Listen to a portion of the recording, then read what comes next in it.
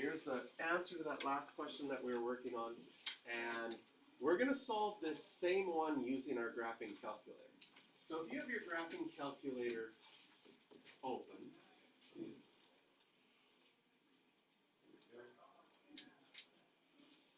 and you're on your main screen, the y equals button in the top left-hand corner gets you to where you can graph. Now I'm going to clear out, yours probably looks blank if you haven't used it before. And with the graphing calculator, you have to write the equation with y equals. So my first equation, my blue one, was y equals 3x minus 2. So on your graphing calculator, type in 3. The x button is right beside the alpha button, 3x minus 2. And that's my first graph. For my second graph, my green one, I guess I could go all the way down to y5 if I wanted to actually make it green. But usually you just go to the second one. So it's going to be red. I hope you're okay with the colors. So my second one was negative 2x minus 12. Now the negative sign and the subtract sign are different on your calculator, so make sure you're hitting the negative sign, negative 2x minus 12. And then on our instructions, okay, so we're in step 2, you're going to press y equals and insert both equations. We did 1 in y1 and 1 in y2. Usually you're already on a standard window, but I'm going to show you that your calculator shows you a graph, and it can show you a small graph or a big graph, okay? If you've done other graphs like I have, sometimes your graph might look a little bit a different window. The zoom button is nice to hit, and number 6 is the standard window of where to start. The standard window makes a graph from -10 to -10, -10 to 10 in the x's, -10 to 10 for the y's. As you get further along in math, we'll do lots of graphing calculator stuff. You need a graphing calculator for the AP exam in grade 12, so it's good to start getting used to knowing how it works and what you can do with it. So what this did is it graphed both of our lines just the same way that we did. And with graphs, here's your graph button. Right beside the graph button is a trace button, and above the trace button it says calculate. If we go to second trace, it allows you to calculate a bunch of things about your graph. Right now, I want to know where the two intersect. So if I push enter on intersect, it says, which is your first curve? It's on the blue one. I'm going to push enter. It jumps to the red one. I'm going to push enter. It asks you to guess. I think it's going to be there. And then you push enter, and it finds it and tells you x is -2 and y is -8. So it's a nice way to be able to check to see if you got your answer right as well. Graphing calculator can be very powerful that way. So we can use our graphing calculator to verify things. Again, in order to do a graphing calculator, you have to have it in the y equals form. It doesn't have to be perfectly y equals mx plus b, but you need the y by itself. And then you could type it in. That's method 1. Method 1, which we did to begin with, was graphing. What's the problem is that sometimes when you graph, the two graphs could intersect at a not nice point. So then we would like to do some action.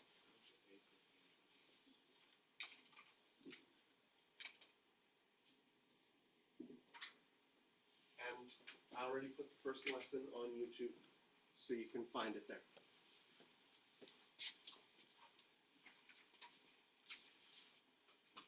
So what we're going to do is I'm going to show you, I'm going to take an example, maybe I'll grab one, the very first example that we had in our notes, and give you an idea of what the substitution looks like. So our very first example that we had in our notes was x plus y equals 5, and x minus 1, x minus y equals 1.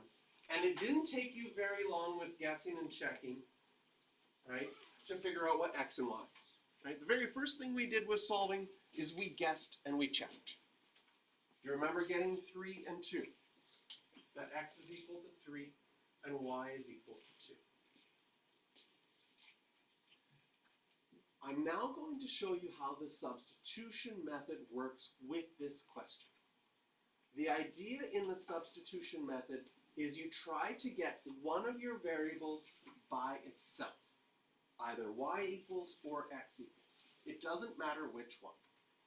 So what I'm going to do is I'm going to take this equation, and it would be really easy to move the x over and get the y by itself. Agreed? I just had to subtract x onto the other side. And this is the same equation, just rearranged. The substitution method says the following. It's impossible to solve an equation when you have two things in it. But if I had an equation that just had x's, then I could solve. So I then take my second equation and I write x minus, but instead of writing y, what's y equal to? Because I got y by itself, wherever there's a y, I could replace it or substitute it with negative x plus 5, because that's what it's equal to. So that I would get, instead of writing a y, I could have written negative x plus 5, because apparently that's what y is equal to. And now I have an equation that no longer has a y. In fact, it goes back to a grade 9 equation. Did you solve equations like this in grade 9? What did you have to do? You had to put your like terms together. You had to distribute. This negative would get distributed to both of these. So then I would have x plus x minus 5 equals 1. I would combine my like terms. I'd probably, these are like terms, so I need them on the same side. So I'd add 5 to both sides. And I would get 2x equals 6. What's the opposite of multiplying? Opposite of multiplying is dividing. If I divide both sides by 2, I get x equals 3. And I know you're saying, well, we found that with guessing and checking already. This seems like a lot longer. Well, guessing and checking is very quick if you guess it and check correctly right away.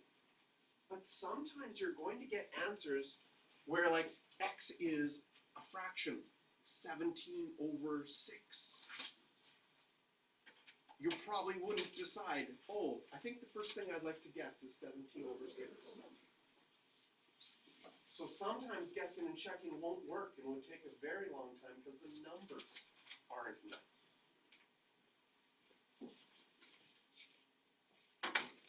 So if we look at the steps that are written down, isolate one variable for one of the two equations. I took the first equation, which I changed to the color blue, and I got the y by itself. That's what it means to isolate a variable. Step 2, substitute the expression from step 1. So I got y equal to something. I substituted that in where the y was in the second equation. This creates an equation with only one variable. And that makes it a grade 9 question. Once you have only one variable, you can solve it anytime you want. Okay? Find the value of that variable. So I found x equals 3. How would I find y equals 2?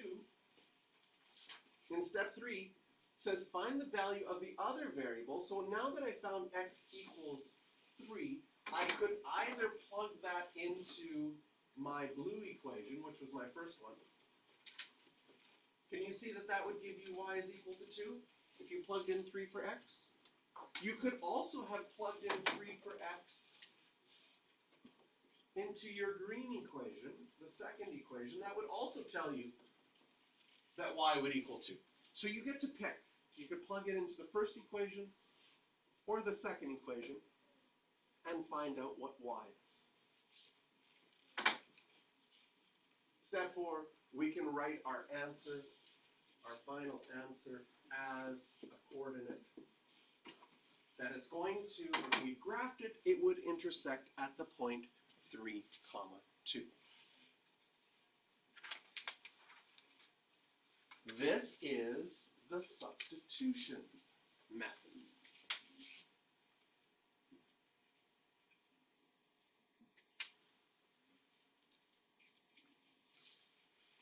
So we're going to solve these ones now by the substitution method.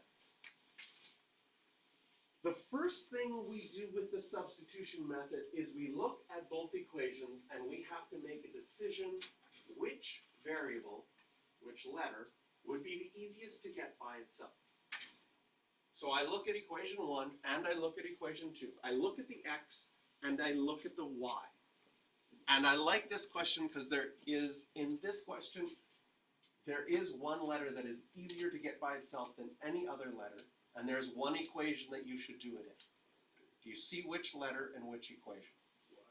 Y in which one? The first one or the second? The first one. So I'm going to put a purple box around that. This is the easiest thing to get by itself. It doesn't mean you have to do that, but you're pretty smart. And pretty smart people usually, like, if there's an easy way or a hard way to do something, smart people tend to choose an easier way to do something. If it gets the same thing done in the end, we may as well do it as easy as possible. So I'm going to take equation 1, which I'm going to do in blue. Equation 1 in blue, I can get y by itself really easy by moving the 4x to the other side.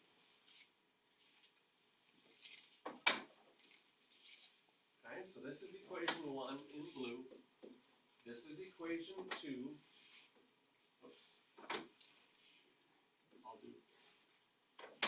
Once you've got one of your variables by itself, by the way, actually take 5 seconds to guess and check to see if you can get the answer before we get too far.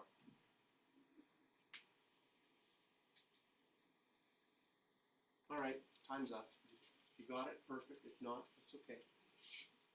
5 seconds isn't very long to guess and check. I'm thinking nobody was able to figure out X's and Y's that worked for it yet. Okay? So substitution says once you get that Y by itself,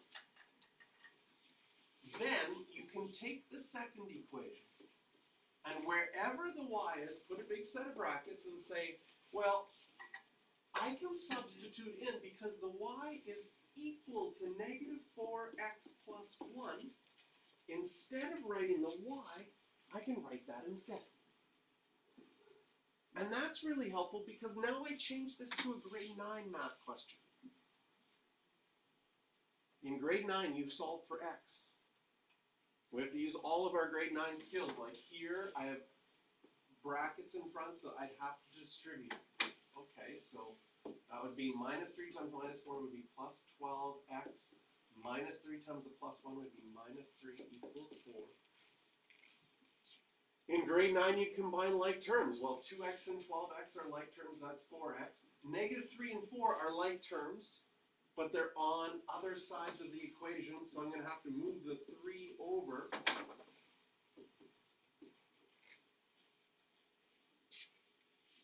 And then the opposite of multiplying, dividing, I can get x by itself. 7 over 14, which reduces to 1/2. Great example because I'm guessing that in your guess and check, nobody started with a fraction. You probably started with a whole number, and when it didn't work, you probably picked another whole number, and when it didn't work, you probably gave up. That's very typical guess and check strategy. Try something, doesn't work, try something again, doesn't work, and you're done. Okay? So, this is nice because even though it takes a little bit of time, you will get an answer that works. And so now we know the x coordinate is 1/2.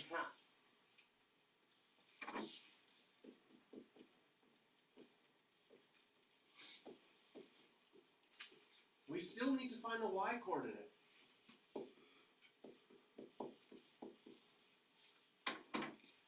So we can plug in 1/2 either into equation 1 or into equation 2. It doesn't matter which one you pick. And I'll show you it doesn't matter because I'll do both. Let's say you decided to use equation 1. That's my blue equation. If I plugged in a half for x, I get 4 times a half plus y equals 1. Well, 4 times a half is 2. And again, this is still a grade 9 question now. How do I get y by itself? I'd have to subtract 2 on both sides, put my like terms together.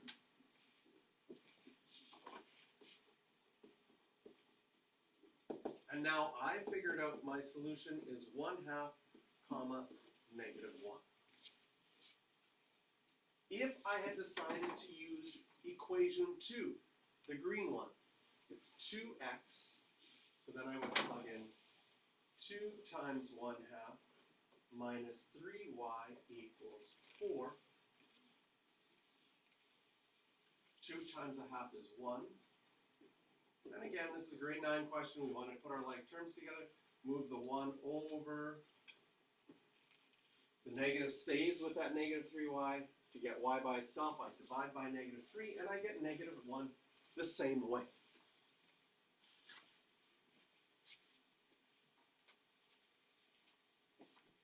So it wouldn't matter when you're trying to find the second variable, if you plug it into your first equation or your second equation, it should give you the same answer.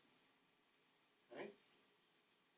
If you really want to know if you've got it right on a test or an exam, you can take your solution and plug it back into both of them and check. If I plug in a half for x and I plug in negative 1 for y, does this equation work? And it does. If I plug in 1/2 for x and negative 1 for y, this equation works. So then I know my answer is correct. So substitution. We pick a variable that we can get by itself. The whole reason is then we can substitute that in and we change our question from a grade 10 question to a grade 9 question. Because now you only have x to solve for. You do all of your grade 9 skills, combine like terms, distribute, get x by itself by doing one thing to one side of the equation, you do it to the other side of the equation. Use all of those grade 9 skills, get x by itself. And we found x to be a half. Then you still need to find y. So you find y by plugging that x that you found into either the blue equation, the first one, or the green one. Doesn't matter which one. You'd get the same value, and then you can write your solution as a point. This is a good example of one where the first technique, the graphing technique, you'd get a little frustrated with. Because notice the point has a fraction. That means it crosses not perfectly at a certain point on your graph. And because it doesn't cross perfectly, the graphing technique would leave you with a little bit of, am I guessing? I'm not certain. So in that reason, this algebraic technique is a little bit stronger than the graphing technique. Because it will not only find nice answers like the graphing one does, but it will also find answers when they're fractions or decimals.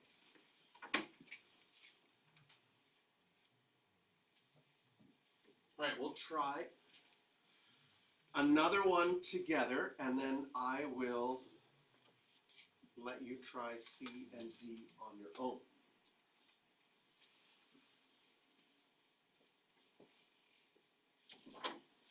Again, I'm going to call that equation 1 in blue, this equation 2 in green. And the first thing you should decide if you're going to use the substitution technique is which letter would be the easiest to get by itself, P or Q? And which equation would you use to do that, 1 or 2? So what do you think, P or Q? Q. Easiest one to get by itself definitely is Q. Would you use equation 1 or would you use equation 2? Equation 1. So in equation 1, the blue one, I can get the q by itself by adding q to this side, right? And then I would probably subtract 14 to that side. So that would get q by itself and leave me with 3p minus 14.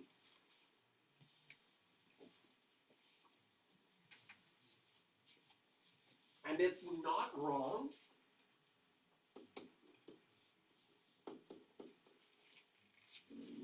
Because I moved the q to the right side. Does it bother you that I put it on the left side after?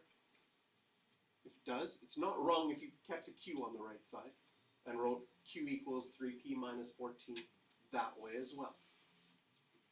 Now we can substitute. So I switch colors because now I take that and I substitute it back into equation 2.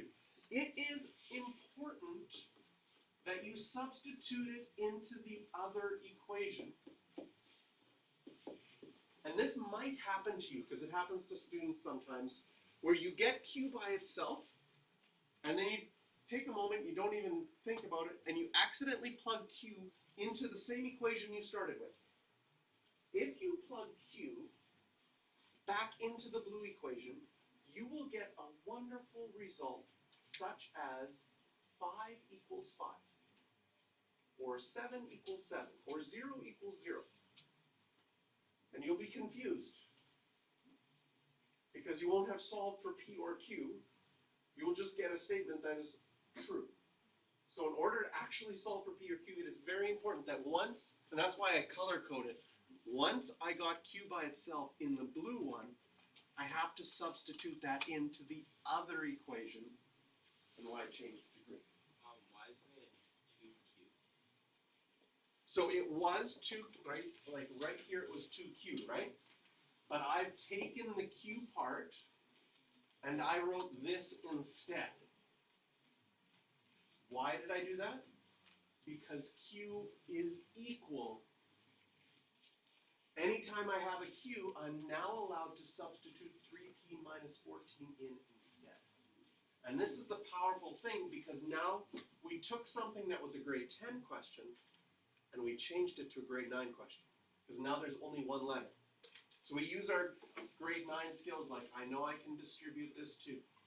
So that will give me 3p plus 6p minus 28 equals 8.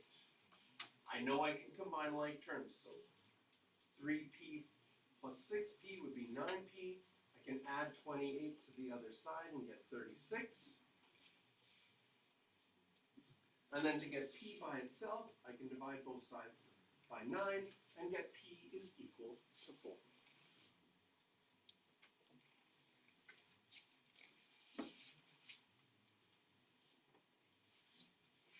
So we figured out the p value that's going to work. And now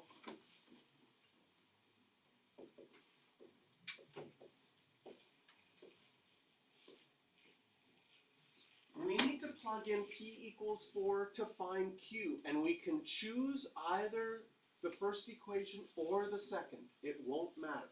So if I chose the first equation, the blue one, where the p is, I'm going to plug in 4, 3p minus 4, 3 times p, which is 3 times 4, minus q is supposed to equal 14. We'll check that, yeah. That'll be 12 minus q is equal to 14. Remove the 12 over. Minus q is equal to 2. I can get q by itself by multiplying by negative.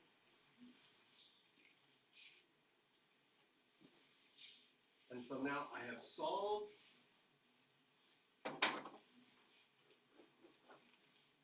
for p and I have solved for q. When they're x's and y's, we often write them as a coordinate. When they're other letters, it's kind of awkward to write it as a coordinate, because you're used to graphing with x's and y's, so it's sort of hard. Well, how do you decide which goes first, p or q? Alphabetical, I'm not sure. So I'd say it is fine just to circle or put a box around your two answers. That is your solution, or you might even want to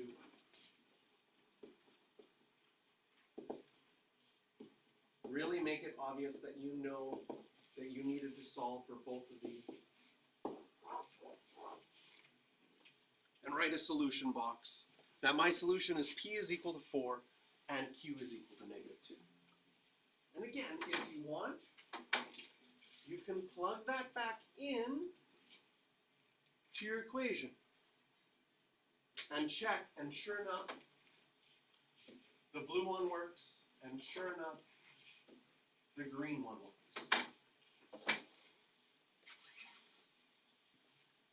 And as the numbers get more difficult, you will realize that using a technique, on average, is going to be faster than guessing and checking. So what I find with my students moving forward as they're solving systems of equations questions in grade 11, 12, and in AP Calculus, they right away go to one of the techniques like substitution to solve it. Because they're like, well, I could try to guess and check, but it is going to be on average faster to use an algebraic method, so this is better. Does the idea make sense to you? Does the idea of, oh, they're going to cross at one point. If I get one of the variables by itself, then wherever that variable is in the other equation, which I circled in purple, I can substitute that in. And now I get an equation with just one thing to solve for, which puts it back into, I did this before in grade 9. So now I just have to revisit my grade 9 skills, put my like terms together, right? You're still going to make mistakes in your grade 9 skills. You're going to make mistakes in your grade 9 skills. Even I still sometimes make mistakes in grade 9 skills, right? Sometimes you make a mental math error, so it's still not necessarily perfectly easy to do after that, but it's going to practice those skills. Take your time, be careful. Once you get one solution for one variable in, then sort of like, well, if I know that P is 4, I can plug that in and I can solve for Q. It's like another grade 9 question. So you'll find that in math, as you're learning new math, they're going to teach you one little thing new, and then the expectation is to use your math from previous years to solve the rest of it. So it's kind of nice because you get to practice stuff from previous years if you were like a little bit shaky on it. It's kind of nice that you get to do that practice, but it's also nice that you don't have to learn a whole bunch new. You're just learning a little thing that's new, and then practicing skills and getting better from previous stuff. So try this one on your own.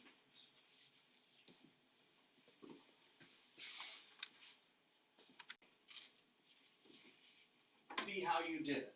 If this is my equation 1, and this is my equation 2, I think it's easiest to get the b by itself in equation 2. So I just need to move that 2a over to the other side, and I get b equals -2a plus 7. Then I have to substitute that into equation 1. Are you okay in equation 1 if I already do a step and distribute that 2? Giving me 2a plus 2, and then I'm going to have -3, and then where the b is, I'm going to put a big set of brackets, and I'm going to substitute in -2a plus 7 equals 5. So once you've got a variable by itself, you need to go to the other equation, and you rewrite it out, but instead of the b, you substitute in. Now I just use my grade 9 skills. I have to distribute, so it'll be plus 6a minus 21 equals 5. And you can check your work. If you didn't get the right answer, you can see where did you make your mental math mistake. 2a plus 6a is 8a. I'm going to move all my numbers over to the other side. This would be negative 19. I'm going to add that to the other side. Will give me 24. Divide both sides by 8, and A is 3. It's actually a nice number.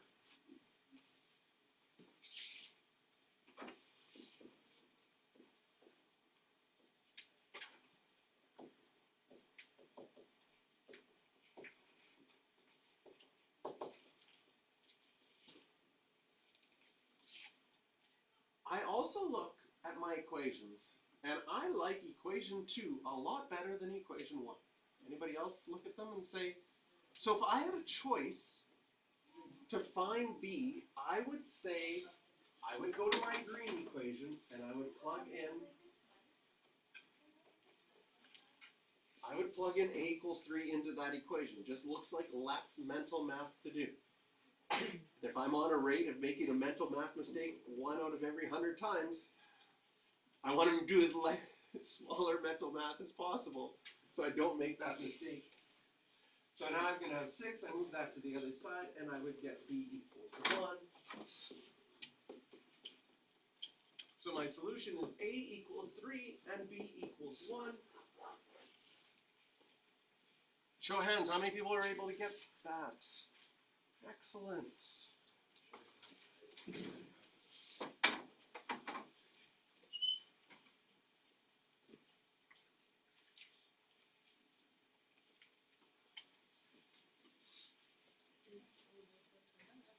Yes. Yes. Okay, I like that. Okay. We have fractions. This is my equation 1. This is my equation 2. And Harley has a great strategy that if I don't want to deal with the fractions, it's an equation. If you want to get rid of fractions, you can get rid of fractions. The only fraction I have here has a 4. So in my blue equation, if I take this whole equation and I multiply it by 4, I'm going to get 4x minus 3y equals negative 20. I could do that with equation 2 as well, if I wanted. In equation 2, I can multiply it by 4. So you can get rid of fractions if you want to. The only thing in this question is, if I get rid of fractions, maybe it's harder to get something by itself. So like in this example, I might choose to get this x by itself. If I move the y over 4 to the other side, I get y over 4 plus 1.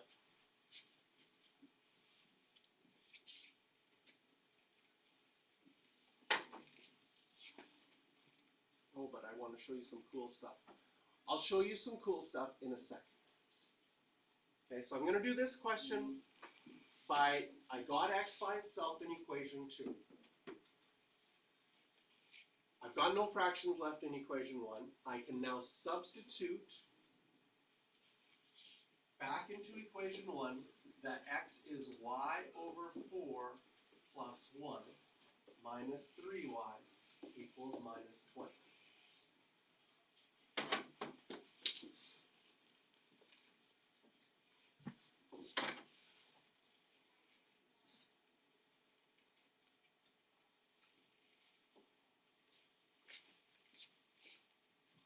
Now, if I distribute my 4, this works out nicely because it gets rid of the fraction again.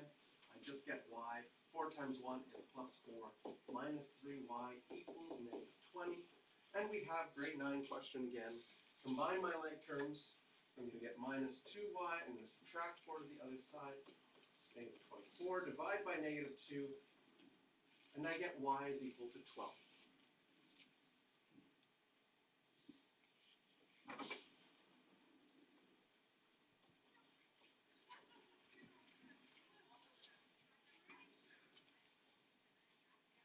And I could plug in y equals 12 into equation 1 or into equation 2. I think I'm going to use equation 2.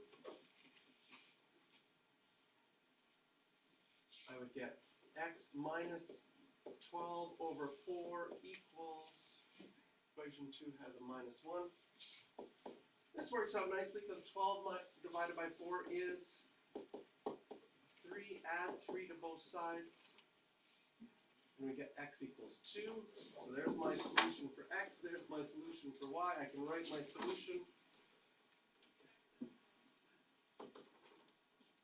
X equals 2, y equals 12. Since these are x's and y's, it would make sense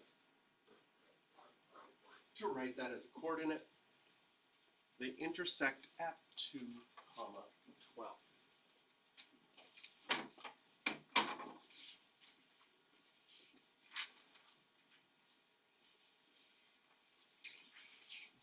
Now, I know that I'm a little bit weird in how much I like math. But one of the things that I find fun about these questions is you have so many different, like, choose your own adventure kind of things you could do. You can pick which one you're going to get by itself. And it actually doesn't matter. You could, if you wanted to make your life more difficult, you could decide to make the y by itself. It's going to take more time and be more annoying. But you have that if you're like, just for fun, I want to do it in an annoying way, you could.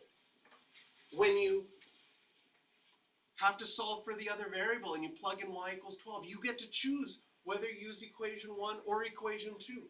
You might even choose, when you got rid of the fractions, to use your new equation 1 without the fractions. It would work perfectly fine that way as well. Yes?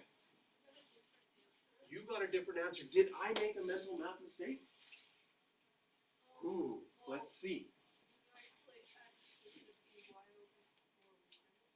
Oh, it is. I did make a mental math mistake. All of that work, and we realized we make a mental math mistake. My mental math mistake was I didn't copy down something right. Have you ever made that mental math mistake? You just like decided to copy something different wrong. Yeah, I saw some of your work. So, see how I moved this over? This is a minus sign. It miraculously changed to a plus sign.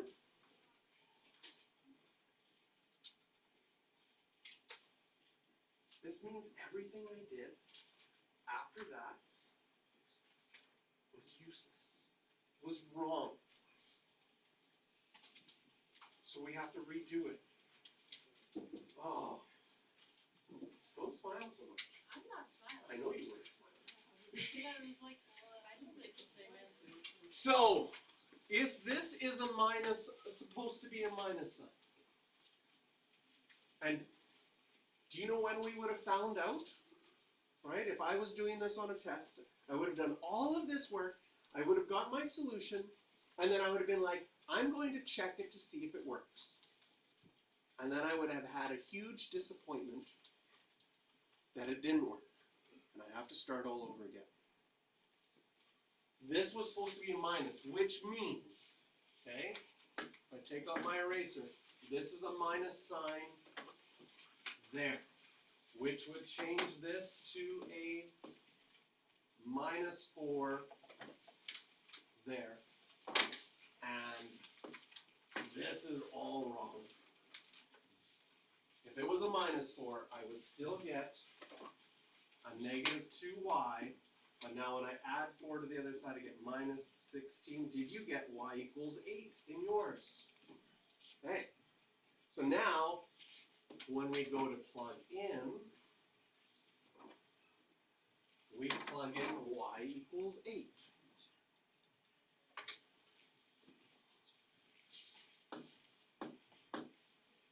So instead of 12, I plug in an 8. Whoops, it's not green. Plug in an 8. This would all be, it would now be x minus 2 equals negative 1. Add 2 to both sides, and I would get x equals 1.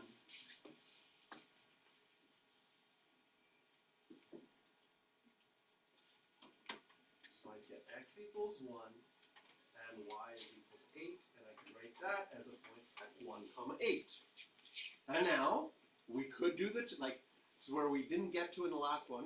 You pointed it out that I had a different answer already. But if we check it, we would get 1 minus 8 divided by 4 is 2. 1 minus 6. This one actually works. Check mark. And if I plug in 1 minus 2, I get negative 1. That one works. So our solution is correct.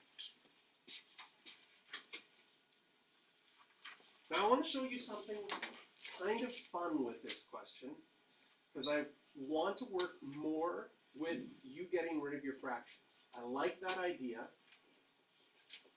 I got rid of my fractions here. Okay? Is everybody done writing this down? Or maybe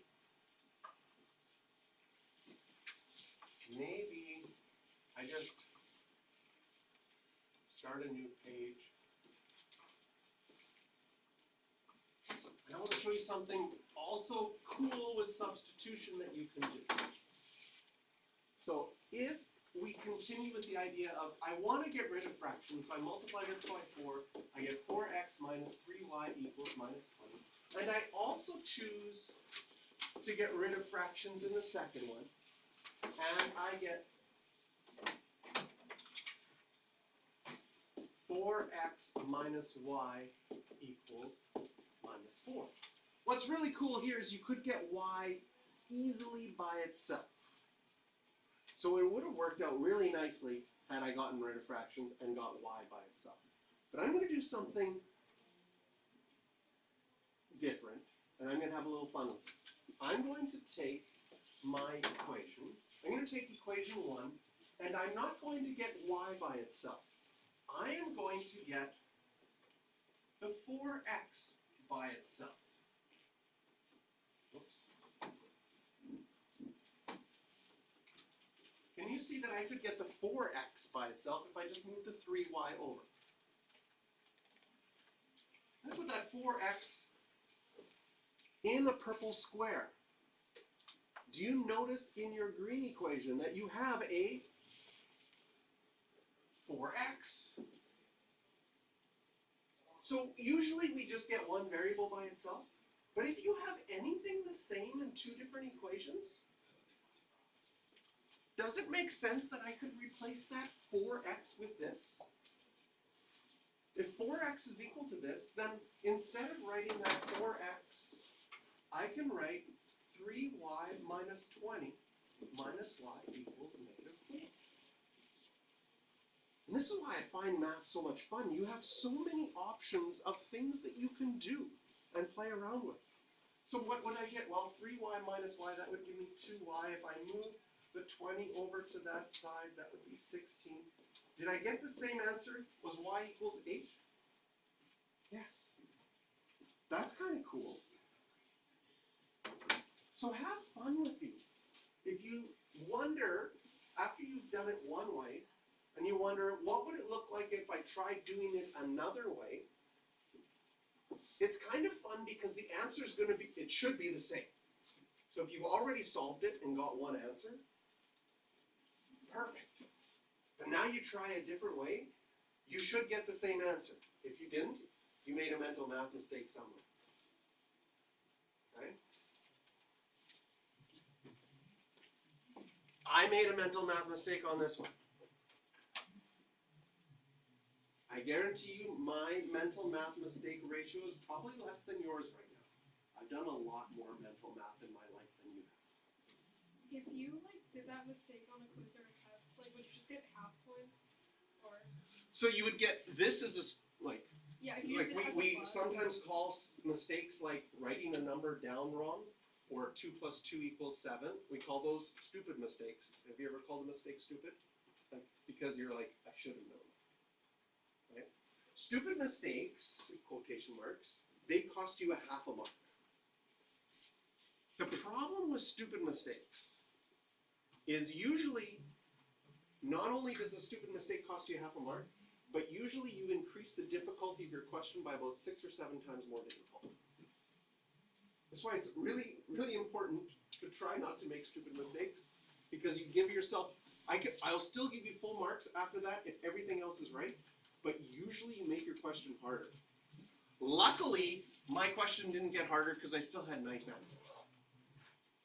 But then I might also take off a half a mark because I'm like, you didn't check? You didn't check to see if it worked? You had that opportunity to see if it worked, right? If you wrote, I checked, it didn't work, and I don't know where I made my mistake, I might still give you 2.5 out of 3. Because you at least checked and at least told me, I know it doesn't work. And then I'd be like, oh, you made a stupid mistake. If you make a mistake which shows that you don't know what you're doing, that's always a 1-mark mistake. Like, you don't know what's happening, that's a concept error, then you would lose a mark. So every time you make a mistake that shows that you don't know what you're doing, those take off 1 mark every time. But if you make a mistake like, I have the inability to copy down the number -1 correctly, which is what I did, that'll cost you a half a mark every time. So you can still, sometimes on a question, get 2.5 out of 3 for, and in grade 12 on the provincial exam, they have some mistakes that they say, some stupid mistakes. They say, if you make it once on the exam, we only take off a half a mark once. So if you copy the number down wrong once in one question, and then later on copy a number wrong down in another question wrong, they only take a half mark off once, and you can still get full marks for a question because you made the same stupid mistake 2 times on the exam. So you have homework in your textbook listed there.